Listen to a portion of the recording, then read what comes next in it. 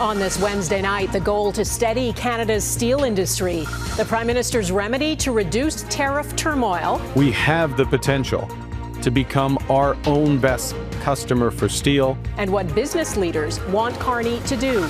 Youth-cession. And things really start to add up. How hard it is for young Canadians to find a good job and good pay. The U.S. president fed up over the flood of questions about convicted sex offender Jeffrey Epstein. They're stupid people. Trump's angry message to his own supporters. Plus, they need to talk. Why plants and bugs actually communicate with each other. Hey, wouldn't that be great if they could tell me when they need more water?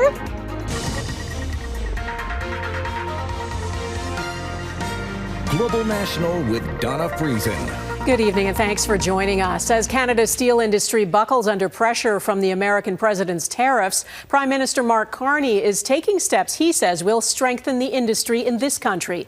It is a cornerstone of Canada's economy, directly employing more than 23,000 people.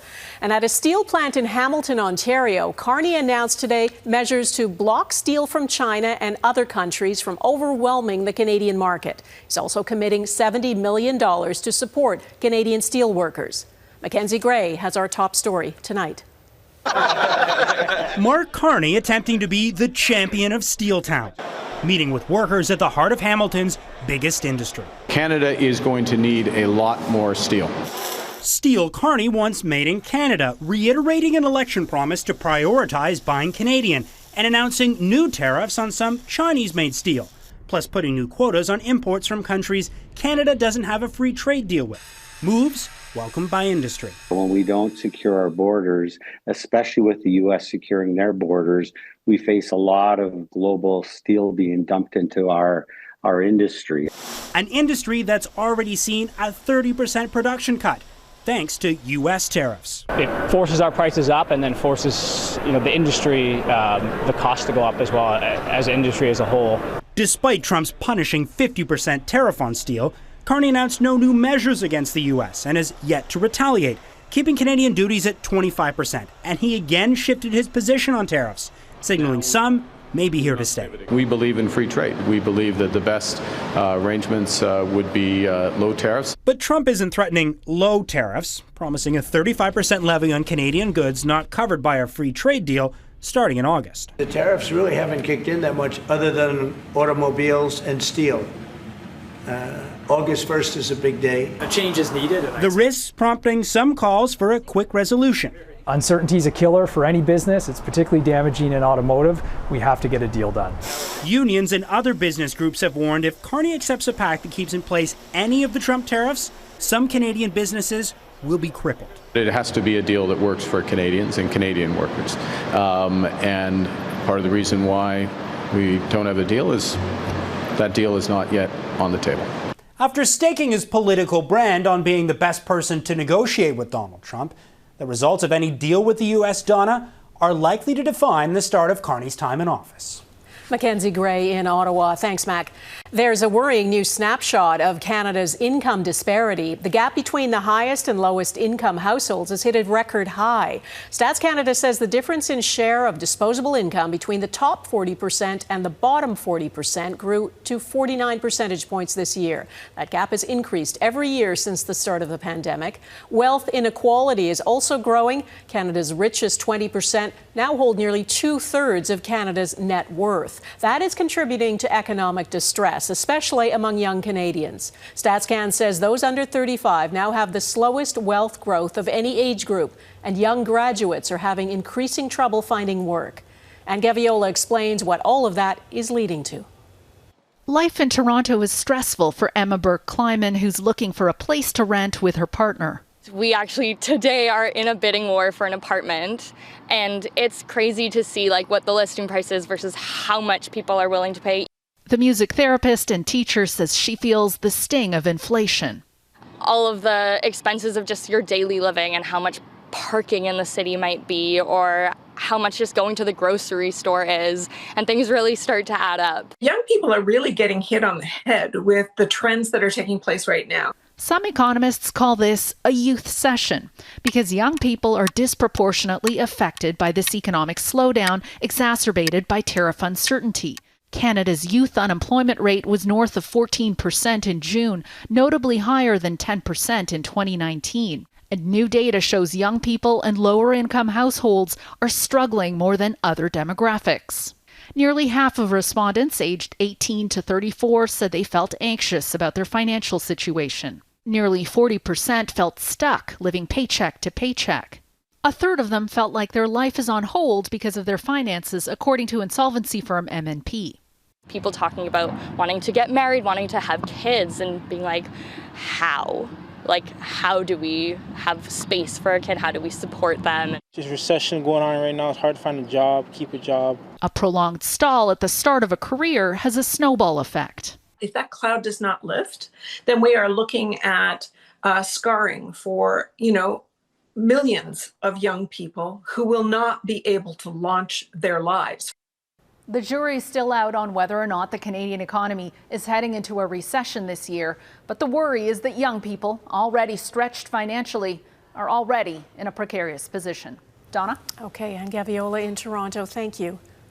Prime Minister Mark Carney is standing by his public safety minister tonight. He is responding to a Global News investigation which uncovered that Liberal MP Gary Anandasangari, before he was appointed to cabinet, had asked Canadian officials to back the immigration bid of a man whose immigration officials had already deemed was a member of a terrorist organization. Jeff Semple is following this from Toronto tonight. Jeff. Well, Donna, there's been plenty of reaction to our investigation that revealed Canada's newly appointed Public Safety Minister, Gary Anandasangari, had previously written letters of support for a suspected member of a terrorist organization to come here to Canada. Some senior members of the opposition Conservative Party are now calling for his resignation. Before he was Public Safety Minister, as an MP, Anandasangari wrote 2 letters to support immigration claims by a Sri Lankan man named Senthuran Selvakumaran. Selvakumaran previously admitted to Canadian and British officials that he was a former member of the LTTE, also known as the Tamil Tigers. In 2006, the Canadian government designated that militant group a terrorist organization.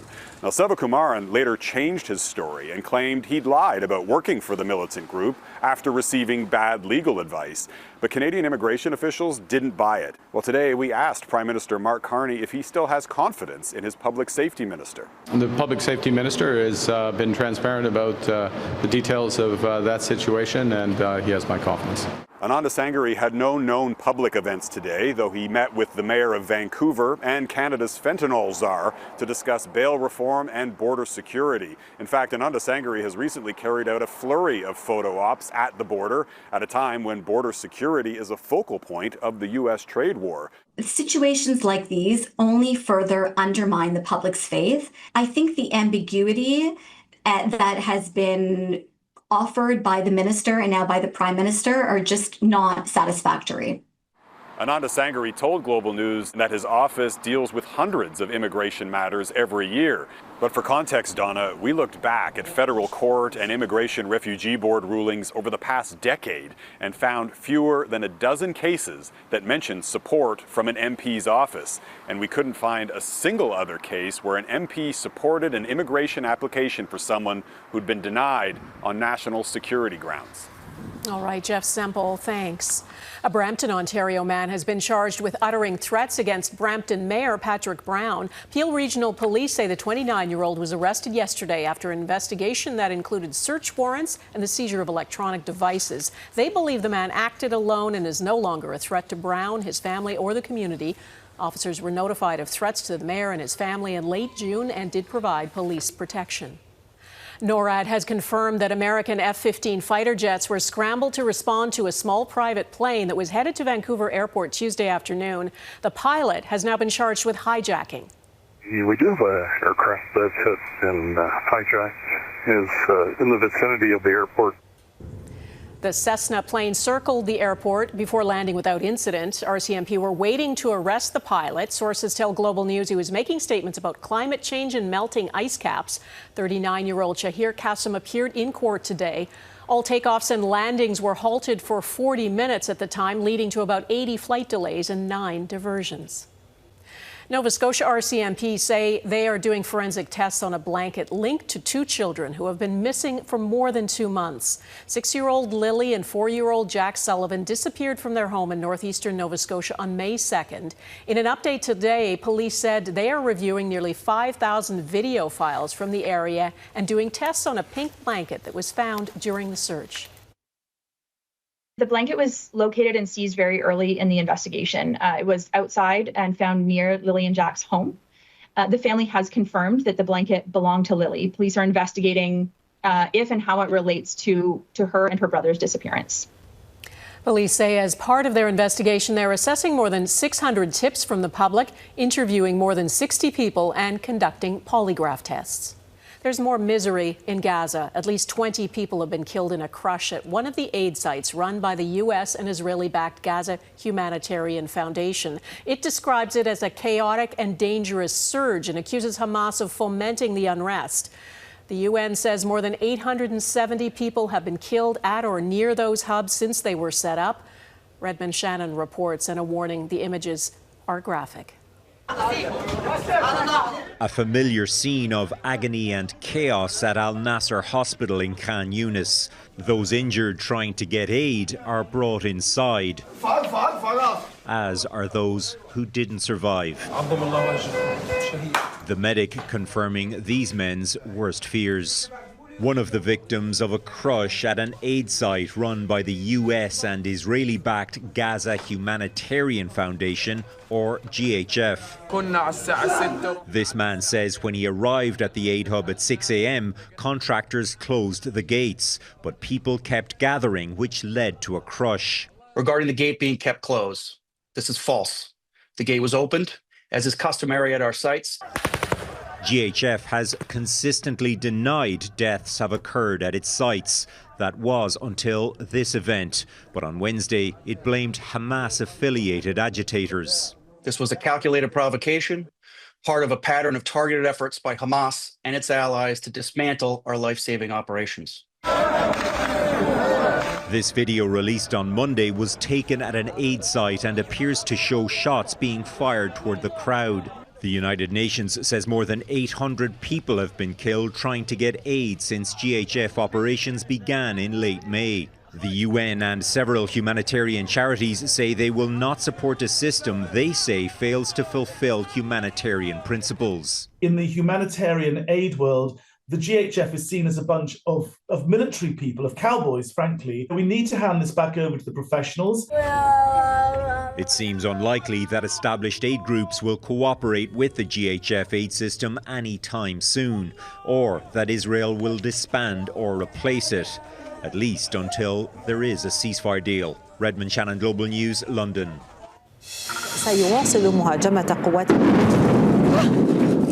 This is not Gaza. It is the heart of Damascus, Syria. Israel's military attacked there today, launching a series of powerful strikes on the Syrian Defense Ministry near the presidential palace. Syria says 3 people were killed. The attack has been widely condemned. Israel claims it's trying to protect Syria's Druze community, a religious minority, against Syrian government troops in the country's south and prevent the emergence of threats against Israel near its border. Today, the Syrian government and the leaders of the Druze announced a ceasefire. The fighting has threatened to destabilize Syria's post-war government, which is trying to consolidate control of the country. Israel's defense minister says the army will continue to attack Syrian forces until they withdraw from the area. The U.S. president on the defensive. Coming up, his angry message to MAGA supporters about the Jeffrey Epstein files. Trump insists there's nothing to see here.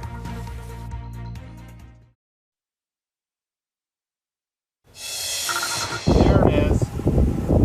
Okay, we've got it. In the U.S., tens of millions of people are under weather warnings again as powerful storms threaten downpours, flash flooding, and tornadoes. Thunderstorms have already ripped through Wisconsin and Illinois, and from New York to Washington, D.C., people are being told to brace for more flooding. Rainfall rates are expected to reach up to 50 millimeters per hour tonight. The American president is facing heat from some of his most loyal supporters and today called them gullible weaklings for questioning whether the so-called Epstein files really exist. Ever since the convicted sex offender Jeffrey Epstein took his own life in prison, there has been talk he kept a list of high-profile clients and was murdered by powerful figures to keep it secret. Last week, the U.S. Justice Department said no such list exists. But as Jackson Proskow reports, that is not the answer MAGA supporters were looking for. No, I know it's a hoax. It's started by Democrats. Frustrated by the growing questions, President Donald Trump lashed out at his own supporters. They're stupid people. Over the nonstop criticism of his handling of the investigation into Jeffrey Epstein. He's dead. He's gone.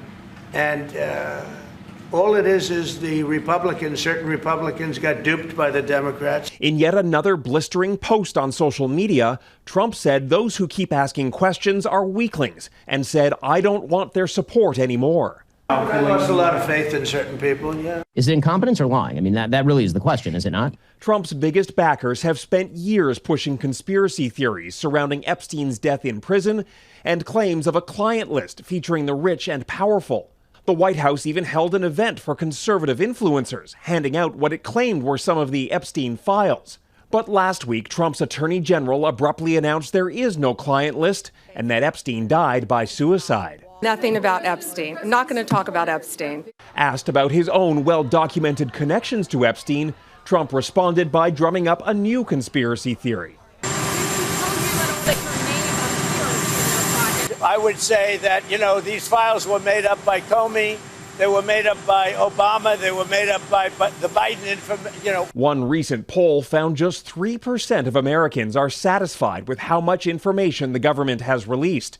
It's a very delicate subject, but we should put everything out there and let the people decide it. Meanwhile, Trump keeps telling his supporters to look away. Don't understand why the Jeffrey Epstein case would be of interest to anybody. It's pretty boring stuff. That's not how many in the MAGA movement see it, as the president leaves his base with more questions than ever about Epstein. Jackson Proskow, Global News, Washington. Ahead, the federal government braces for a challenge from First Nations leaders.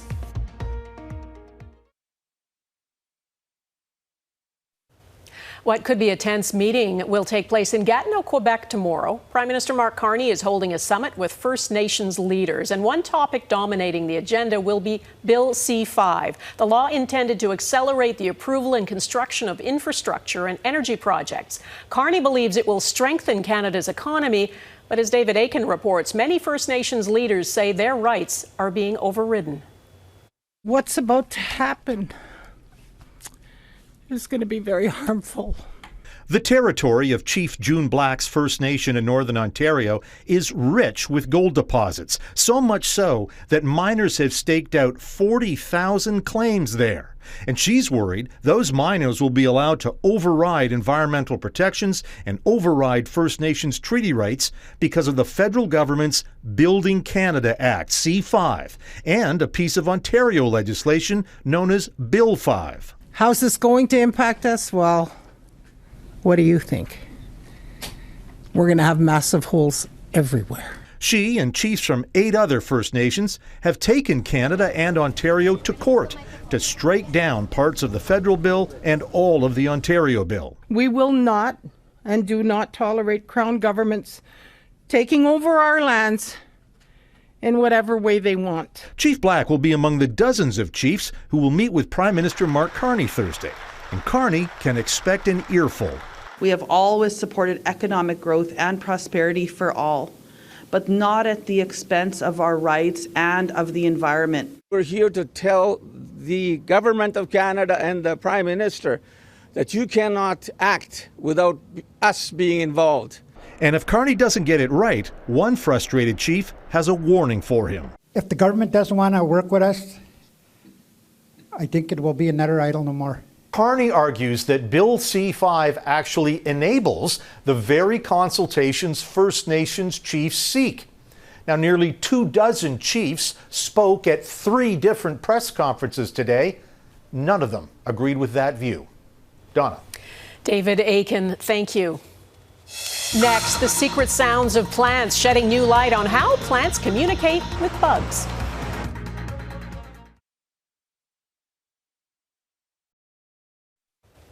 If you're passionate about gardening, it's possible you've had a word or two with your plants.